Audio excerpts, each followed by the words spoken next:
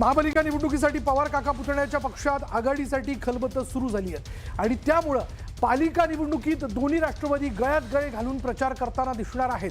पण या नव्या आघाडीच्या माध्यमातून शरद पवारांच्या राष्ट्रवादीची एनडीएच्या दिशेने वाटचाल तर नाही ना, अशी चर्चा आता राजकीय वर्तुळात सुरू झाली आहे। त्यामुळे काका पुतण्या एकत्र येणार का या संदर्भातला निर्णय आज संध्याकाळी होणार असल्याचं कळते। दुपारी अंकुश काकडे यांनी या संदर्भातली पत्रकार परिषद घेऊन दोन्ही बाजूने प्रस्ताव जे ते एकमेकांसमोर ठेवण्यात आल्याचं म्हटलेलं आहे आणि त्या पद्धतीने पुढचा निर्णय घेतला जाईल आणि आज निश्चित याबद्दलचा निर्णय घेऊन माध्यमांसमोर याबद्दलची माहिती दिली जाईल असं त्यांनी म्हटलंय।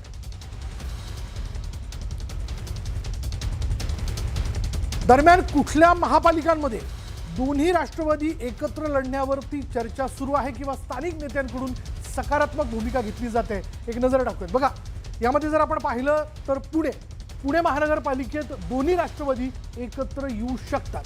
दुसरी महापालिका आहे पिंपरी चिंचवड, ही देखील एक प्रतिष्ठेची महापालिका। इथे देखील मतांचं विभाजन होऊ नये यासाठी दोन्ही राष्ट्रवादी एकत्र येऊ शकतात आणि घड्याळ या चिन्हावरती निवडणूक लढवू शकतात। पुढची महापालिका कुठली बघा, अर्थात उपमुख्यमंत्री एकनाथ शिंदेंचा बालेकिल्ला ठाण्यामध्ये देखील दोन्ही राष्ट्रवादी एकत्र येऊ शकतात आणि त्या पद्धतीने गणित जमवून एकत्र लढू शकतात। आणि पुढली महापालिका आहे उत्तर महाराष्ट्रातली जळगाव महानगरपालिका, इथे देखील दोन्ही राष्ट्रवादी एकत्र येऊन जोर लावतील आणि ही महापालिका आपल्या ताब्यात कशी येईल या दृष्टीने रणनीती आखतील। पुढे पाहूयात, महापालिका निवडणुकीसाठी दोन्ही राष्ट्रवादीमधील नेत्यांमध्ये चर्चेला वेग आलेला आहे। गेल्या 2 दिवसांपासून या दोन्ही पक्षातील प्रमुख नेत्यांमध्ये खलबत सुरू आहे। गुरुवारी रात्री शरद पवारांच्या राष्ट्रवादीचे खासदार अमोल कोल्हे आणि आमदार रोहित पवारांनी पिंपरी चिंचवडमध्ये अजित पवारांची भेट घेतली। यावेळी पुणे आणि पिंपरी चिंचवड महापालिकेत आघाडीवर चर्चा तसंच जागा वाटपावर ही चर्चा झालेली आहे। या संदर्भामध्ये ही प्राथमिक चर्चा झालेली आहे। या प्राथमिक चर्चेमधले ज्या काही गोष्टी असतील त्या आम्ही वरिष्ठांच्या कानावर घातल्यानंतर आदरणीय साहेब असतील, सुप्रियाताई असतील, जयंत पाटील साहेब असतील, प्रदेशाध्यक्ष शशिकांत शिंदे असतील, यांच्याशी चर्चा करून मग निर्णय होणार आहे। तर या भेटीनंतर शुक्रवारी शरद पवारांच्या राष्ट्रवादीमधील दुसऱ्या फळीतील नेत्यांनी अजित पवारांशी चर्चा केली। चर्चा तर व्हायला पाहिजे आणि हा भेटीचा सिलसिला पाहता पवार काका पुतण्या एकत्रितपणे लढणार असल्याचं आता जवळपास निश्चित मानलं जात आहे।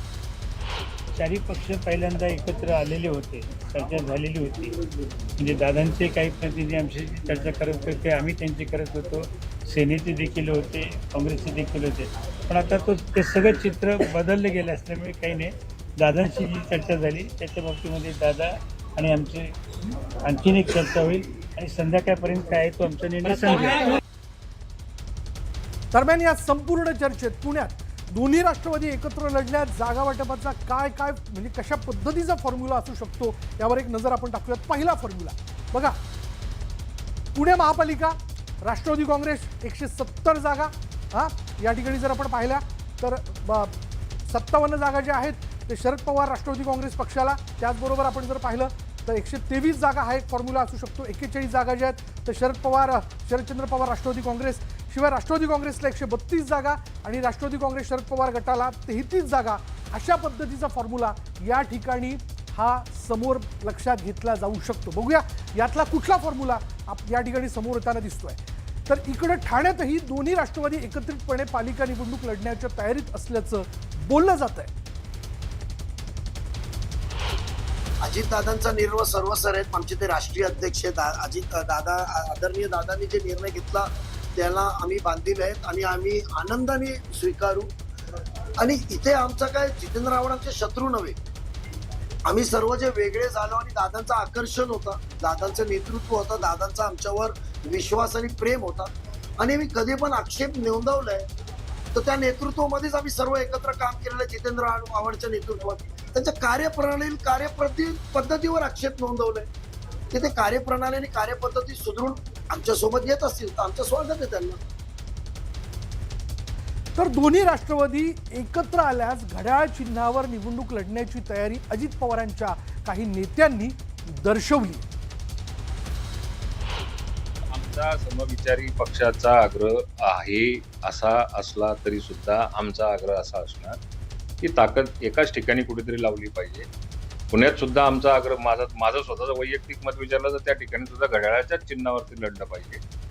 आम्हाला समजा जर का काही वाटलंच तर आम्ही जळगावमध्ये सुद्धा किंवा धुळ्यामध्ये सुद्धा आम्ही घड्याळावरतीच निवडणूक लढणार. दुसऱ्या राष्ट्रवादी सोबत घड्याळावरती म्हटल्यानंतर एकच राष्ट्रवादी असते. मला असं वाटत नाही की विलिनीकरण होईल. मी जे काय पवार साहेबांना ओळखतो आणि त्यांच्या विचारसरणीला मी जे काय ओळखतो, ही विलिनीकरणाची प्रक्रिया होईल असं मला वाटत नाही. मी एकदा पवार साहेबांना प्रश्न विचारला होता सहज एका बैठकीत, तेव्हा त्यांनी हे अशक्य आहे सांगितलं. तर मंडळी, असं आहे काळाचा महिमा आणि सत्तेचं गणित.